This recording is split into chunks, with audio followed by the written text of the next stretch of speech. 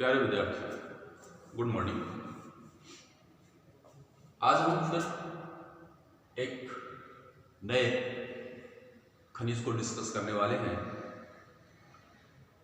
इससे पहले हमने जो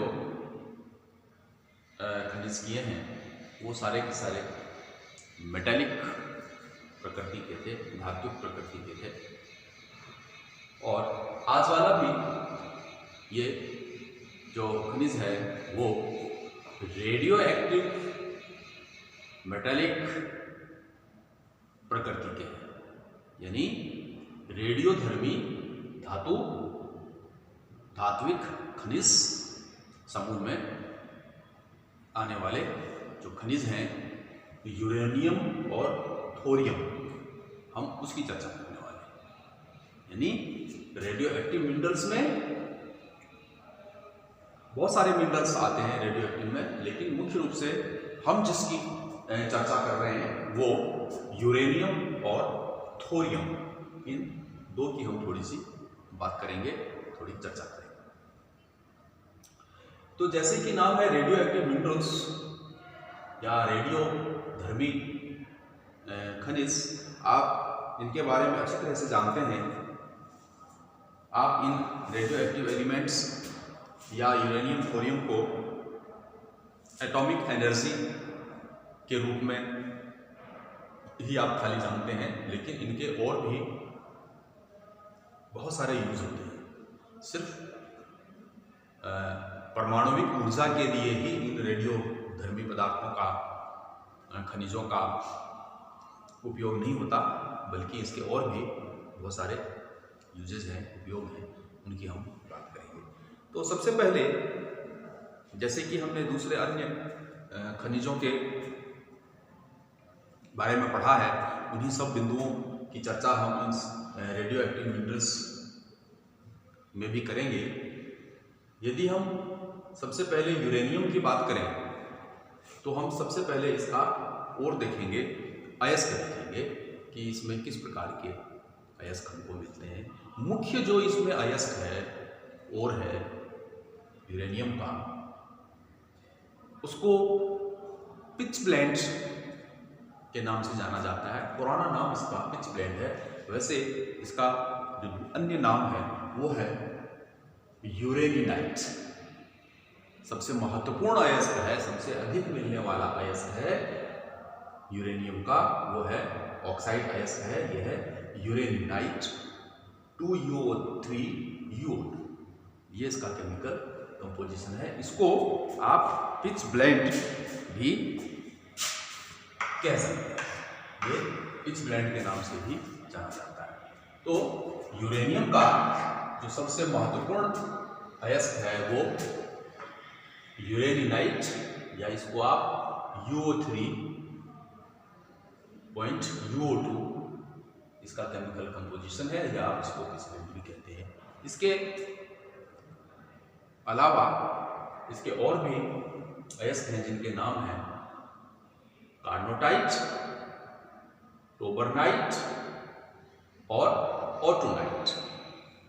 ये 3 या 4 आपके अयस्क हैं यूरेनियम के लिए, जिनको कि आपको लर्न करना। इसी तरह से रेडियो एक्टिव मिनरल्स का दूसरा जो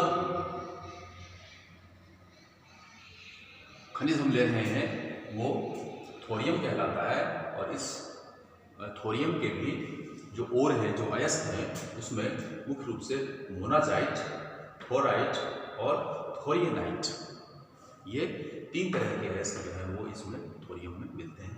पहले हम थोड़ी सी चर्चा जो है वो इसकी यूरेनियम की करें कि इसके डिपॉजिट्स क्या हैं और ये किस तरह की चट्टानों में, रॉक्स में हमको मिलता है। ये तो यूरेनियम और थोरियम की मोड ऑफ ऑकरेंसेस, डिपॉजिट्स, इनकी जो ओरिजिन ये है, इनकी हम चर्चा करें। तो यदि हम यूरेनियम की बात करें तो सबसे पहले रेडियो एक्टिव मिनरल्स की यदि हम बात करें तो रेडियो एक्टिव वह पदार्थ है जिसके विघटन यानी डिसइंटीग्रेशन से, यानी जिसके डिसइंटीग्रेशन से या विघटन से अल्फा, बीटा और गामा ये रेस निकलती है।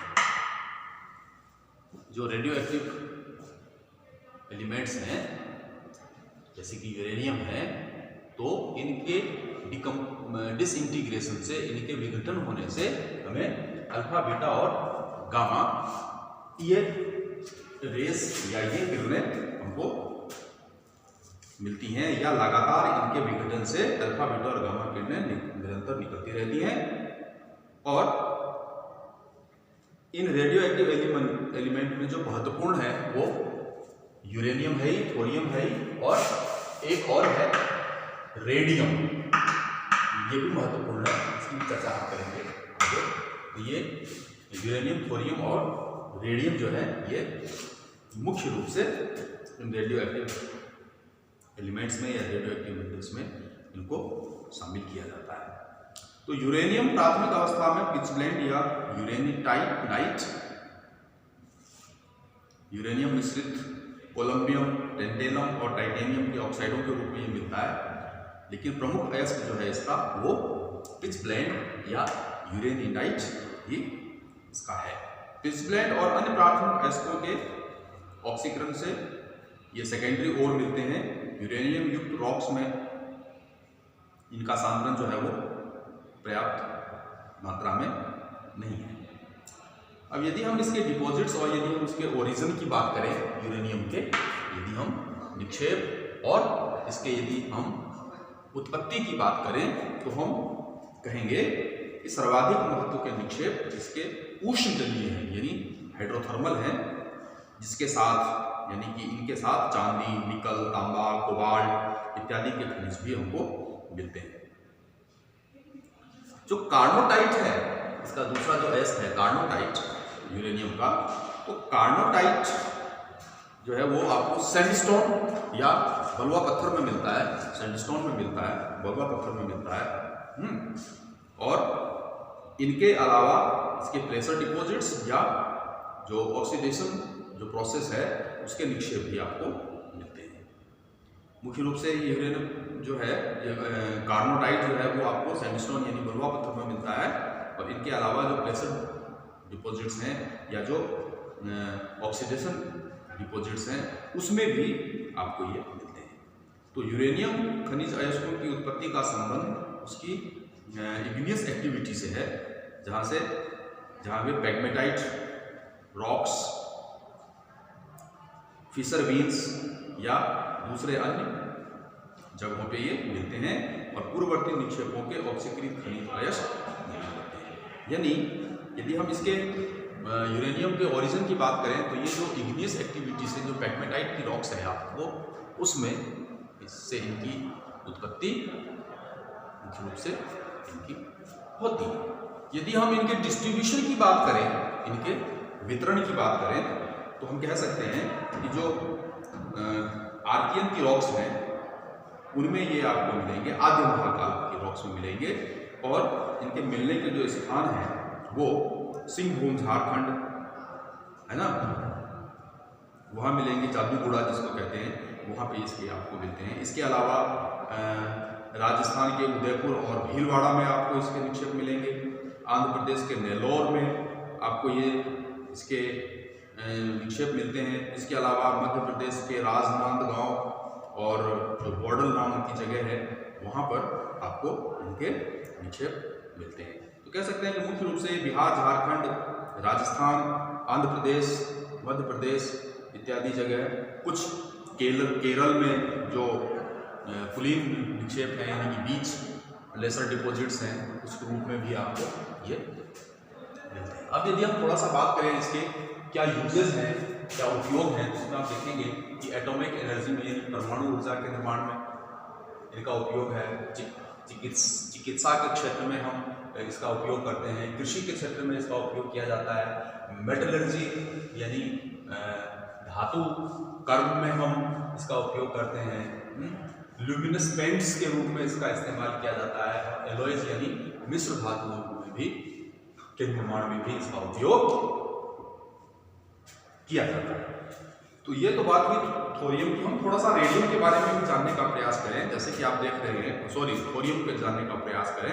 थोरियम के भी आपने 3 या 4 अयस्कों का आपने यहाँ जिक्र किया है, मोनाजाइट, थोराइट और थोरियनाइट। ये तो थोरियम के अयस्क हैं। यदि हम इसके निक्षेप और इनकी उत्पत्ति की यदि हम बात करें तो आर्थिक महत्व के जो इसका अयस्क है मोनाजाइट, वो निक्षेप केवल बीच प्लेसर डिपॉजिट्स तक ही सीमित है। और ये कैम्ब्रियन पूर्व कल्प के जो आग्नेय क्रिस्टलित रॉक्स हैं, यानी कि इग्नियस क्रिस्टलाइज्ड जो रॉक्स हैं, उनमें अल्प मात्रा में यह पाया जाता है, जहाँ से ये अपक्षय के द्वारा अन्य खनिजों में से मुक्त होकर जल द्वारा उपयुक्त संचय स्थलों पर पर्याप्त मात्रा में ये कंसंट्रेट या सांद्रित हो जाते हैं। यदि आप इसके वितरण की बात करें तो भारत में प्रचुर राशि के निक्षेप केरल के पश्चिमी तट पर जो बीच प्लेसर डिपॉजिट्स हैं में, तथा जो प्रायद्वीप के पूर्वी तट पर भी इसके निक्षेप मिलते हैं।